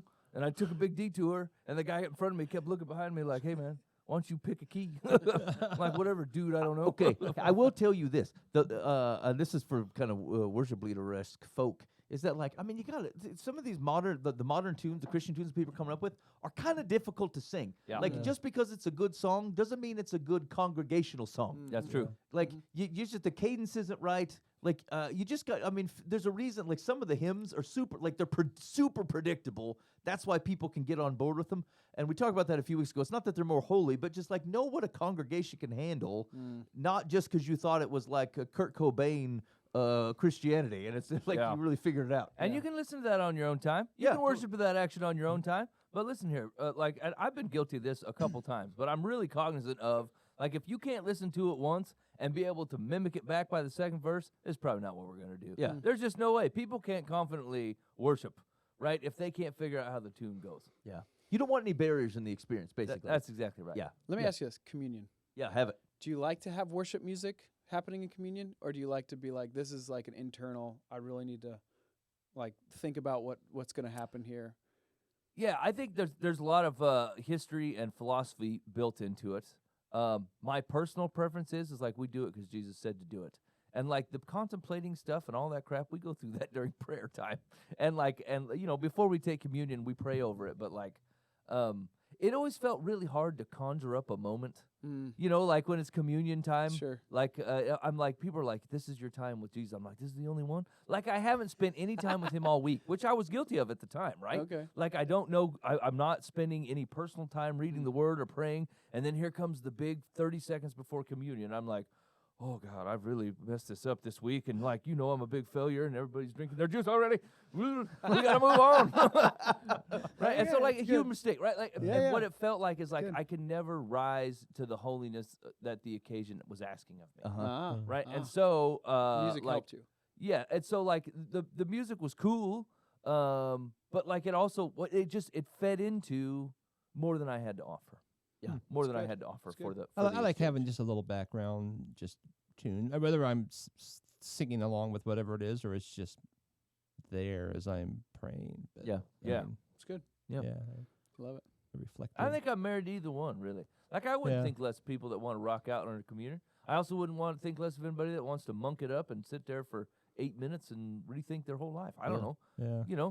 Like it's like Jesus says, you need to remember me, and this is how you're going to do it. And we're like, right on. Yeah. We will do that. One of the things is interesting is that, like, I think we do run the risk of over-sombering communion because, like, think of the the context of what Jesus is saying in this, he's saying my body was broken, my blood was shed, right? But for what? Yeah. It's a new covenant. Right. Like this Right. is I'm making all things new here, bro. That's right. And like we're stuck in the. I mean, you're supposed to know the moments and you're supposed to recognize the sacrifice, but like for heaven's sakes, like let's point where he's going. Yeah, and some of this points back to the reverse worship of sin, right? Like just before you take communion, they're like, remember all the crap you did and bring that into this conversation. And Jesus is like, what are you doing? I'm bringing all the grace, Right. man. Right. This is what we're talking about. I The think that's gift that I well-meaning gave you. people that kind of get a little caught up. Yeah. And Good. I think we have quite a few folks that are guilty of that. Well, They're like, I need to get. It's like if I didn't repent before I got hit by the bus thing, I'm out on a technicality. People like, I got to think of all the worst crap I did this week and throw it in here before the communion gets done, and make sure that we're right living. And Jesus is like, whatever. Yeah. And I think like there's an attempt, but what they're trying to protect is Paul, right? Paul goes like, hey man, be careful that you're not trying to do this in an unworthy manner. Yeah. But like Examine yourself. like you can miss the bus on that. Well, the context there is that you're not accepting his blood as the atonement. That's right. That's what makes it unworthy. Yeah. Not that you swore 3 times and I exactly. mean, Right. Our notion of unworthy to take it is the very presence of sin that Jesus died for and that he's Right, representing in the symbol. What if you swore 4 times though, Dan? You feel like well, if Dan, you do what that, then you got to then, take Dan? communion twice. you need to drink both. Pass of it these. around again. Oh man, the church that we were at had the prepackaged Oh yeah. with the wafer. I didn't know how to work it. I felt like a yeah. real idiot. Uh-huh. It was embarrassing. And if you take it off and you got the juice, it's hard to get to the wafer. You got a problem. We threw those puppies away. Oh man, Oh, it was terrible. I felt real inept. Styrofoam. Yeah. It was embarrassing. Ben goes, hey, I didn't get a cracker. I'm like, it's in the lid, Ben. Like he was about ready to go back to talk the to the Hebrew. man about his Keep misuse telling him, of yes. the scripture, but then the simple lid proposition had him befuddled. That's like the time that we were at a conference and Ben ate the mint, but it was actually a pat of butter. Okay, it was shaped like a mint that you would get at a graduation. Dude, what are you doing? I threw it right in. It was pretty gross. These are the worst mints ever. I tried. I could have played it off cool, but Dan totally sucked. No! Hey, did you bring this guy down? he's eating all the butter. Who put him at my table? Okay, so round it out. Like, there's a lot of things that are up to preference, right? I think what we're like, worship can certainly be up to preference, right? Like, just don't get lost in the fact that like,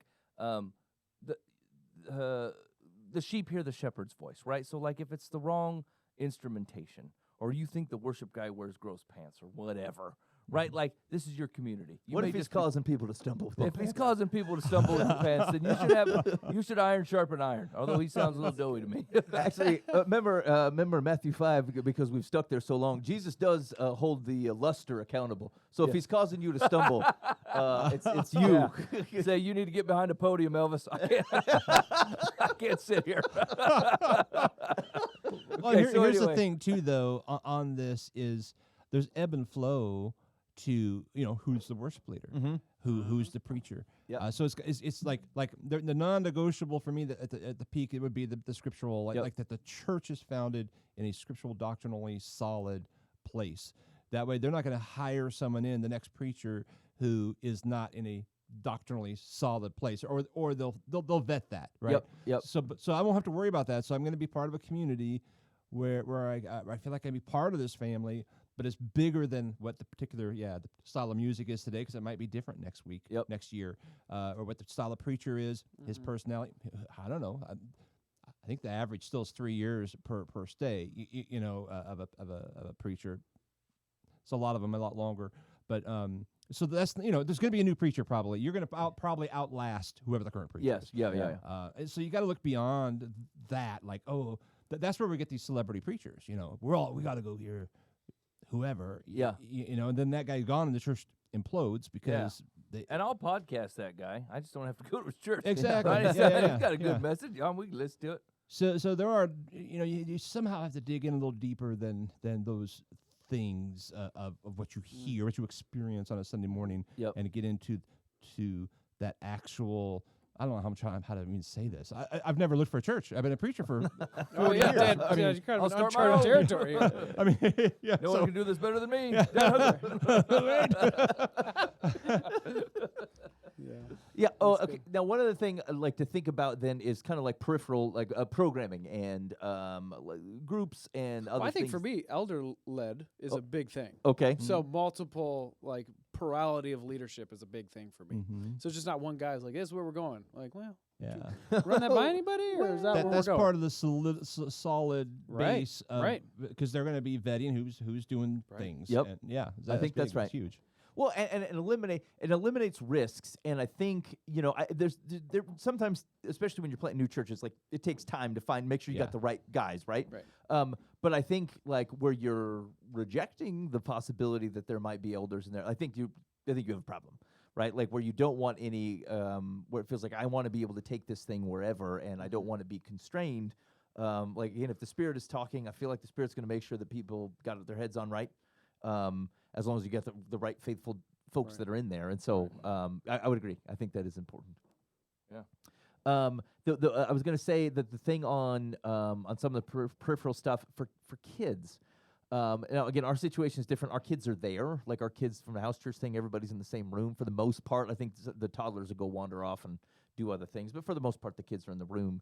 But to that effect, I would want to make sure if I were going to a church that it treated my kids as if we were actually trying to be faithful followers of Jesus and respects their intellect, respects their ability to understand concepts, and like doesn't just send them home with drawings of things. Water it down. That's right. Like I find I've said this before, but like that's one of the key takeaways from me pastoring in a house church context is how much kids are actually able to take in, what they can take in, how thoughtful they're being, how things apply to their lives.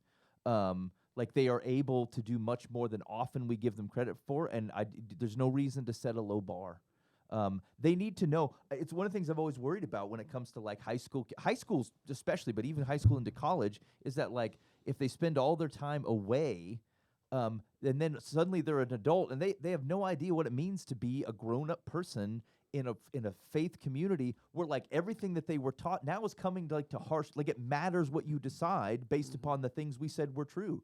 And so like without allowing that type of thing, or even just having kids always around kids their own age, like it gives them a different view of the world. And so I think that I would expect a church to be thoughtful around what are you actually introducing your kids to what is real about a faith community.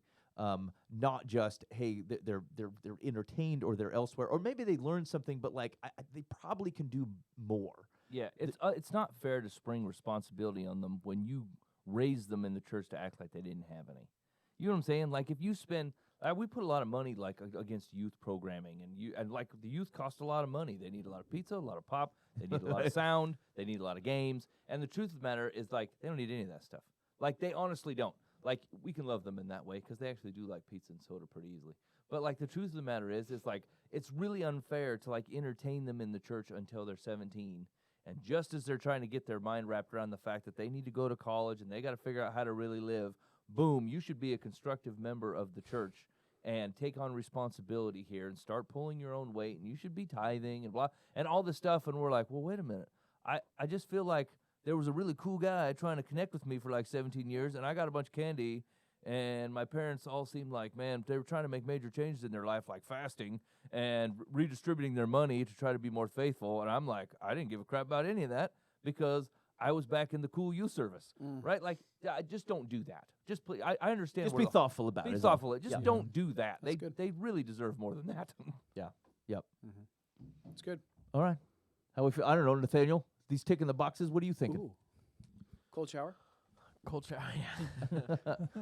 Shower rooms? Yeah, I don't have anything to add on to what's already been said. Okay. Classic. Yeah, I know that was a real heavy hitter for you fellas, but You don't care. You'll just wander it anywhere. no, Hobo living. I would say that I'm in agreeance, which isn't a real word, but I'm in agreance with what has been spoken By me. by I think by the group. But Ben specifically. Okay, this is the fanciful way of going. I don't know. I just go where they tell You've me. really Why wordsmithed. they gotta be on you like that? Why they gotta call you out like that? Are you calling me Doe? Here's the deal. He out masculined everybody with that cold shower business. Yeah, that's true. That was kind of boss. All right, you're listening to Live from the Path. Thanks for hanging out with us. Holy buckets. The time has gotten away. We were gonna talk about the school. I know. The school money. You want to make it Okay. fast? Yeah. Okay. So I like the question, like the ability to to not have your kids go to public school, like but you have the choice to do this already, but now there's a monetary hit to it. And actually, but my oldest daughter and I were kind of talking about it because is there something very positive about saying a parent gets to decide and have some freedom to be able to choose how their kid is educated? Yeah, because to be honest with you, like we've talked about this in the past, and even during some of the COVID stuff too. They're like, it's a real hard gig to run a public school. Like, and think of all the various things you don't have the option to not accommodate all kinds of things, right? You have to teach everybody that comes into the door. Like if they put 30 kids in a classroom, you don't have a choice. Like you got to figure out how to give those kids the attention they deserve. There's all kinds of different beliefs, all like a wide variety of parental interaction or non-interaction, backgrounds of acceptable behavior. That is just a microcosm of a mess to try to handle that. And so a parent saying, hey man, if I have the option to be able to, have my kid go somewhere else, like I would like to do that because I don't want to be fighting worldviews that I don't believe in and that can cause my kid to go a different direction or influencers or whatever. And so that's strong. I homeschool, so like I have a belief in some of this, the ability to say control some of that on your own. And so I think personally that there's a strong pull to that. I think we do need to recognize though that it isn't as simple as that. Because, think of this if it helps to connect it to like a church service. Let's say you have a church building and bathrooms and janitor and clean the parking lot and all the things. It costs the same to do all that stuff whether there's 100 people in the building or 200 people in the building, right? Base costs and of having to do that don't particularly change. And so it's not as easy as, hey, money went and shifted to this new religious school or something like that. Shouldn't they just be able to run the public school system on the money that was left because there's only that many students? It isn't really how the overhead of things works. And I think we do need to be cautious about that because here there are some distinctions. A religious school or actually any private school can say no. They cannot accept somebody if they don't want. They can have criteria that says, look, we don't have to take every student. We're just going to say no. The public school doesn't have a choice. Like whatever your learning disabilities or like cultural, it doesn't matter. It doesn't matter. The public school has got to take it in. And so, right, they have to be prepared for every situation. Private schools can kind of niche out the situation. Okay. Do you have any idea how the utility company sizes your transformer for, like, say, your business? Yes, but I'm going to see whether you know. Go ahead. So there's two types of power. One is called like resistive power, and one is called reactive power. Okay, so the transformer that you get power from your utility line, it goes into your business. Every bit of copper, motor, lighting, whatever you have in your building has reactive power, right? It has to build a magnetic energy, and then it has to collapse it and build and collapse and build and collapse, right? Yep. The power company does not charge you for that. Right, it's just because it comes and goes and comes and goes. You don't actually see it. It's just building a magnetic field of which electricity can travel in. Yeah. Okay? So they have to size the transformer not only for the load that they're going to charge you for, which is the resistive load. That's actually turns the watt meter and has the light do the lighting, but also their ability to turn on or to be able to facilitate a magnetic field in your place. Right. So basically. Some places, like look at a manufacturing plant or something, they have to build a big enough driveway to fit a giant bus, but they only get to charge you for the car that you parked in it. Okay, yeah. Right? Does that kind of make sense? Yes. Right? And so, like, public schooling is a little bit like this, right? Like, they have to build the place as a service to be able to handle this, even if it turns out there's only this going to be there, or they will only be able to collect money based on, which was never the case before, right?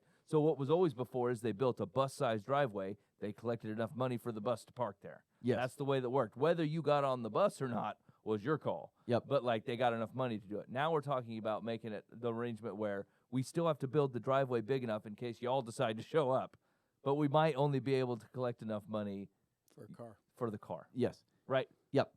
Yeah. So if you run, and there's I think there's additional considerations in there. Again, like once you're taking, like, I don't like to say government money because it's taxpayer money, right? But it's not all your money. Like, it's, again, the allocation per student is probably more than you're paying taxes. Some of you are paying $10,000 a year for property taxes. It's not very many of you, and so like there's a notion of kind of the pooling of those resources, and like once you start taking that and putting it into private institutions. One of those private institutions aren't regulated in the same way, and so there could be a risk in there. But again, they'd say that about homeschooling too, which is true. There is a risk in there, and so But as you run it up, I would say personally, I think it is a good thing that parents have responsibility for their children's education, especially when public services run the risk of having to be very expansive. On the types of things that your kids are exposed to that I'm not sure are always age appropriate. And so you don't have control over that. You don't have a choice. And frankly, they don't have a choice. If you don't have sympathy for people trying to manage, teach within public school systems, you're not thinking. But I would tell you, I think it's a good thing, but it's not as clean or as easy as you think. And you do run the risk of then leaving what is a public good, like a public school system, underfunded and unable to care for groups of students or types of students who otherwise private institutions may not take in some way or another. And so, like, there is an impact in that way that I think has to be addressed. It doesn't mean that the other thing isn't good. It means you have to be thoughtful about what's on the other side of that. And I would say, like, a lot of the competition that goes in the public schools, I'm not sure is particularly healthy. Like, the amount of money we're spending on some of the athletic programs, like, they say, oh, well, we can't keep up with that. Well, maybe we shouldn't. Like, maybe we don't have to do that anymore. Although I did think that this actually might encourage people to specifically go to a private school simply because they're trying to build up the baseball team. Like, it can cause some behavior like that is probably not student-wise. But those parents are their parents all the time. This is just a reflection of that thing. So anyway, long story short, I find this is true for most political things, is that, like, I'm probably on both parts in some way or another, and says there's probably 100 ways to get it wrong, but it doesn't mean there's not a way to get it right. And it's probably a thoughtful balance that recognizes one choice does have an impact on someone, and you need to be real thoughtful about what that means for what remains public schooling. Mm-hmm. That's where I'm at. This is not my area because I'm a bit of a dummy, right? So, like, I'll get lost in my own words here. But, like, I struggle a little bit with pulling good kids out of public school because I think they need them to be there. Right. That's Todd Gordon made that. I think was similarly made that point. And, like, you will not find me, like, almost everybody I know homeschools or sends their kids to a private school, and, like, you're getting no judgment from me. I totally get it. Like, I totally understand what you're trying to do, and I don't know whether it was right, wrong, or indifferent. It's just not on me to know that. But, like, I just hate to see this, and this is specifically Jesus kids. Like, I just hate to see Jesus kids being pulled out of there because they need them there. That was somebody asked my wife, like, "Oh, are you going to send your kids to private school because our kids are in public school?" And my wife's like, "No, still going to go to public school." Like, now will that change? Who knows? We're not like diehards. We used to be a homeschooler, and then we were going to public school, so we're like all over the gamut. But I do think it's interesting to see what the ramifications of things like this will be. Yeah.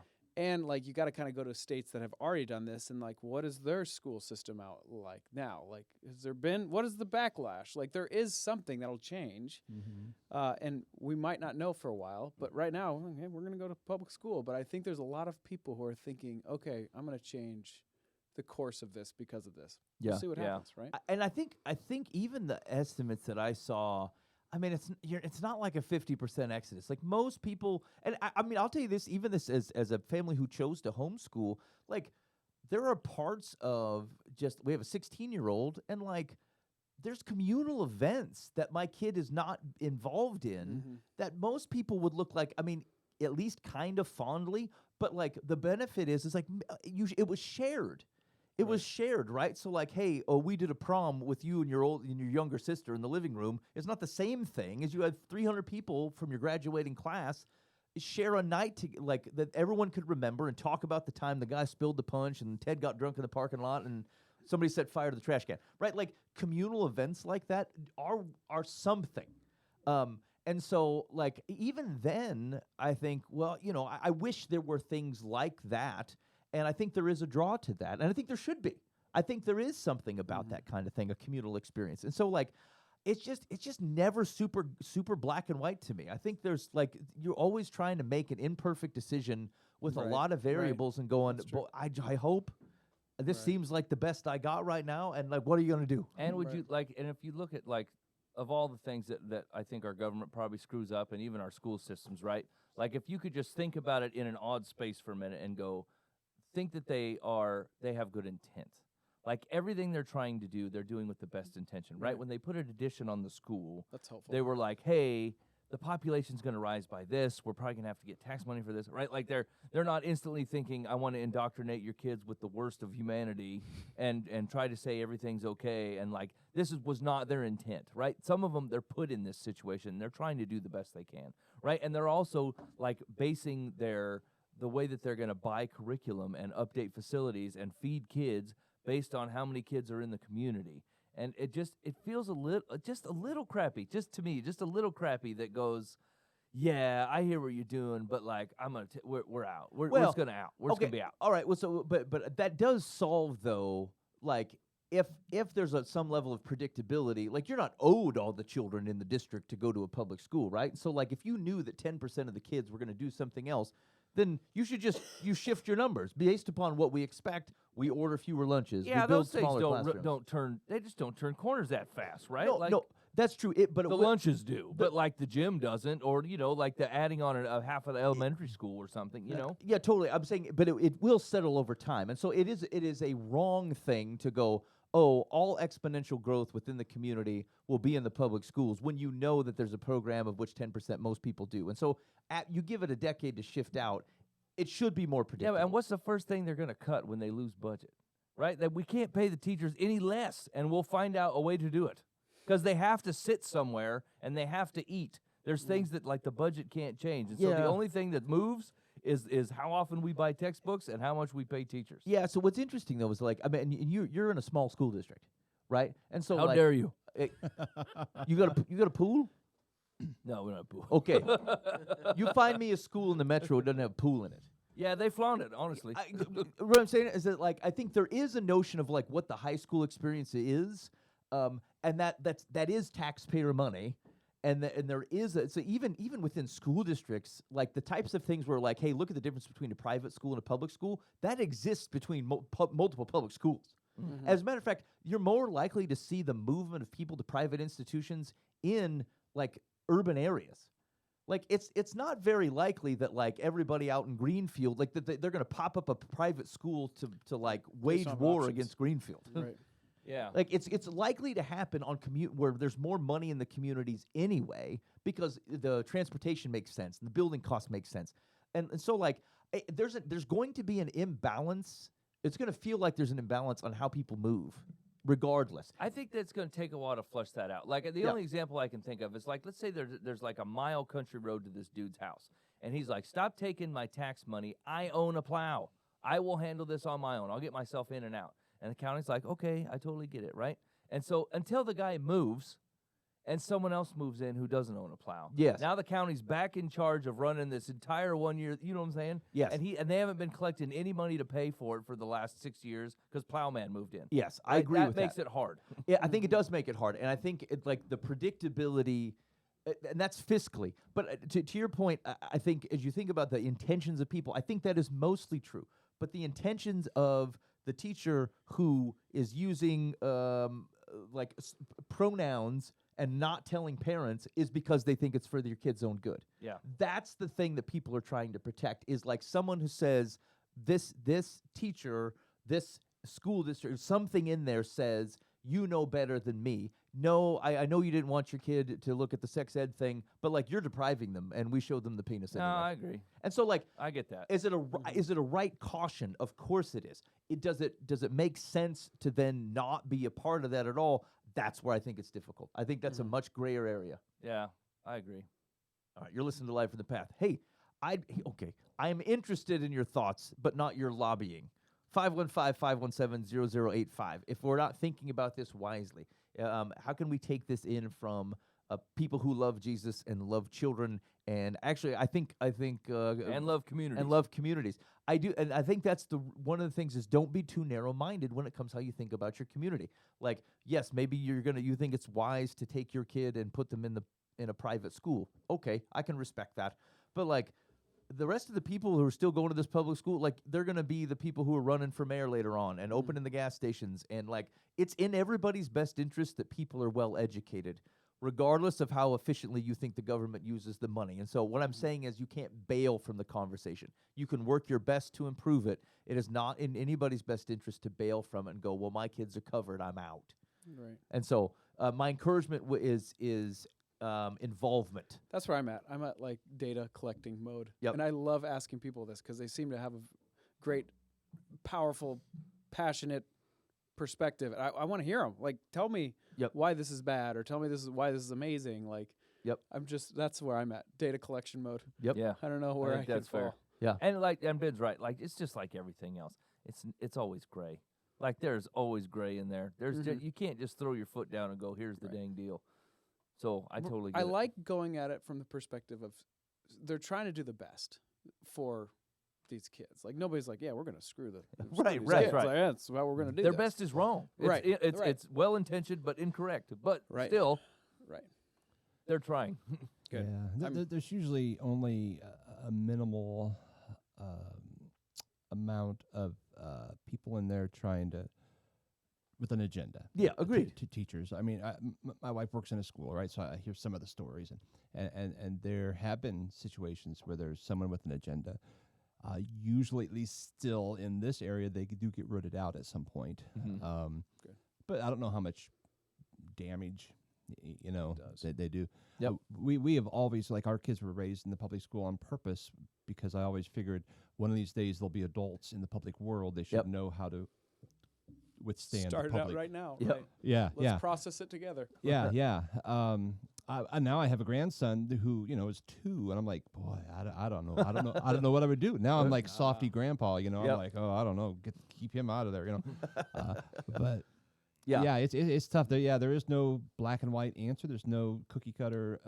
This is how to do it. It's you got to use discernment and wisdom and pray. And I prayed a ton for my kids every single day. We did debriefings every single day from school, and that's a lot of work and a lot of effort, but it was worth every moment. Yep.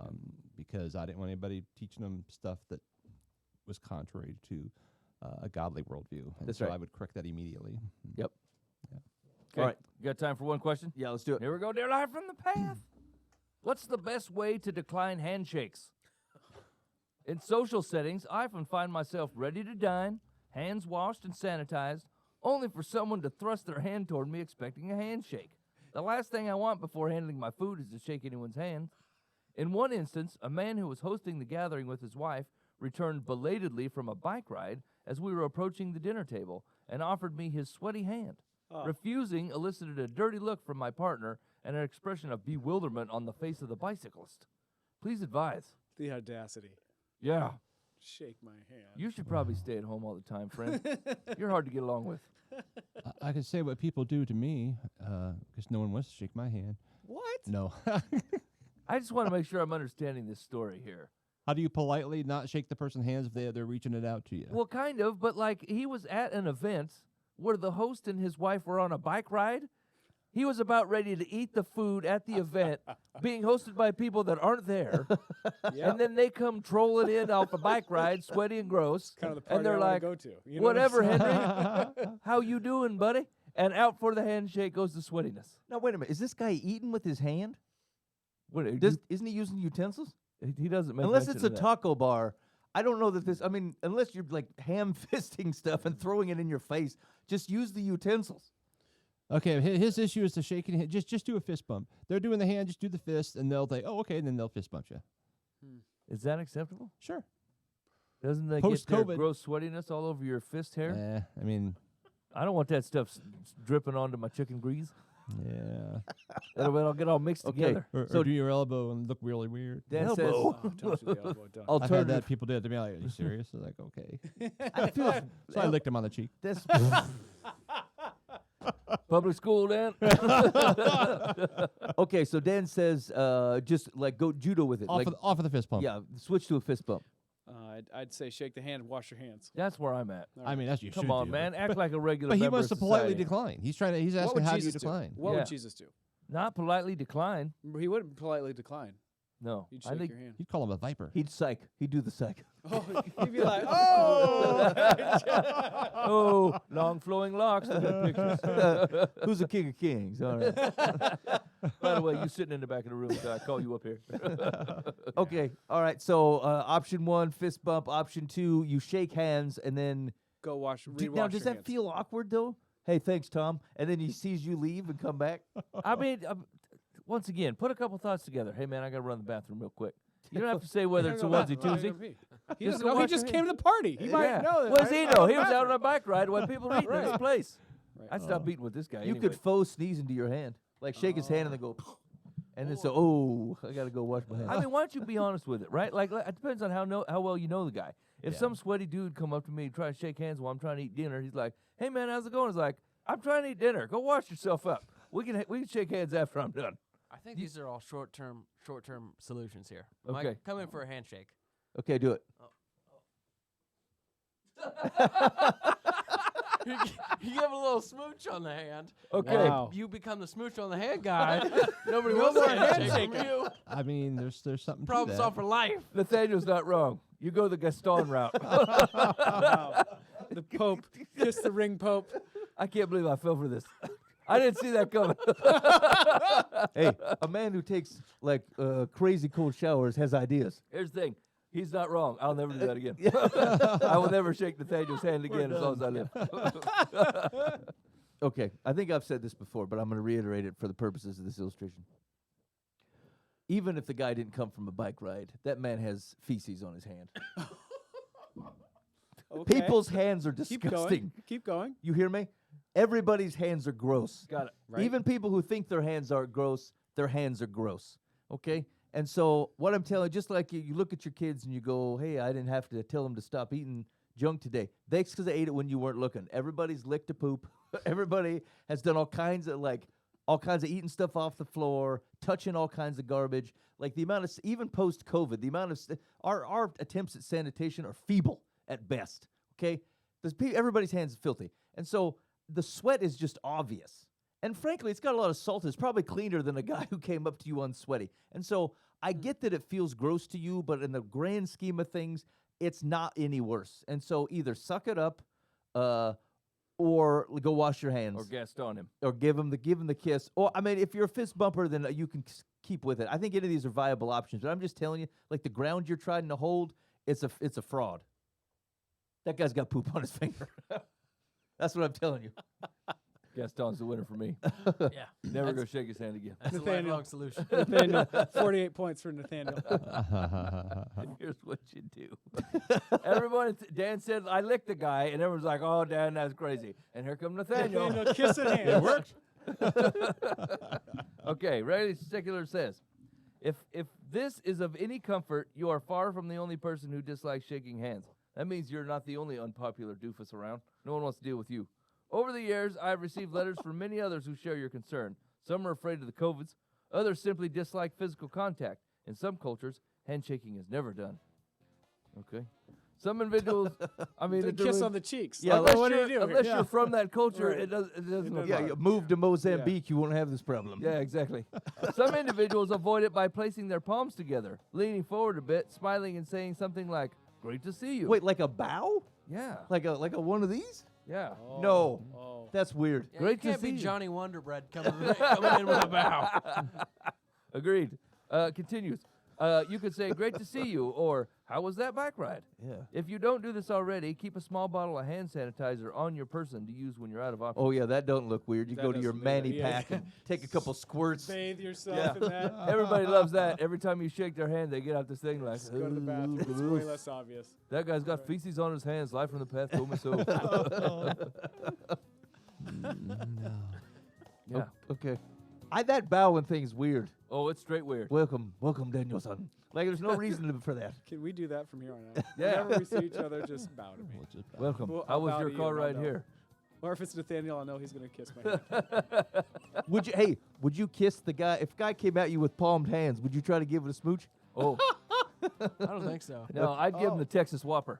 I'd come around on both sides. And then I'd shake that. Yeah. Hey, nobody gets away with acting like this. Here's the thing. That ain't iron sharpens iron, right? That's hot dog bun. We can't help people like this. We were like, look, man, I'm going to touch you all up in your armpits and give you what Willie. And you got to get over this thing. It's handshake time. Come on, bro. It feels like the Matthew McConaughey. Yeah, it That's does. what it feels like. All right, you've been listening live from the path. Thanks so much for hanging out with us tonight. We really do appreciate it. Big thanks to Phillip Ramsay from The Uncommon. Go to theuncommon.com for more information. Sign up, listen to that podcast. Also, you can look for the Uncommon Wealth podcast. That's also Phillip's. Lots of good, interesting information on there. And enjoy it. And make sure you hit him up. You got any feedback for him? You want to talk to him about The Uncommon? What's a good email address someone can get a hold of you at? Yeah, Phillip, Phillip, at uncommonwealth.com. There it is. Hook him up, and you can always let us know. Let's say you want to say something real negative about Phillip, but you're not man enough to say it to his face. We'll say it to him. Yeah. Use the Life in the Path complaint line, 515-517-0085. We appreciate you hanging out with us, and then we'll probably be back next week. Yeah. I got a couple weeks where I might not be here. We'll see how it shakes out. I don't In the care. meantime, be faithful in the means. God will handle the ends. You've been listening to Live from the Path.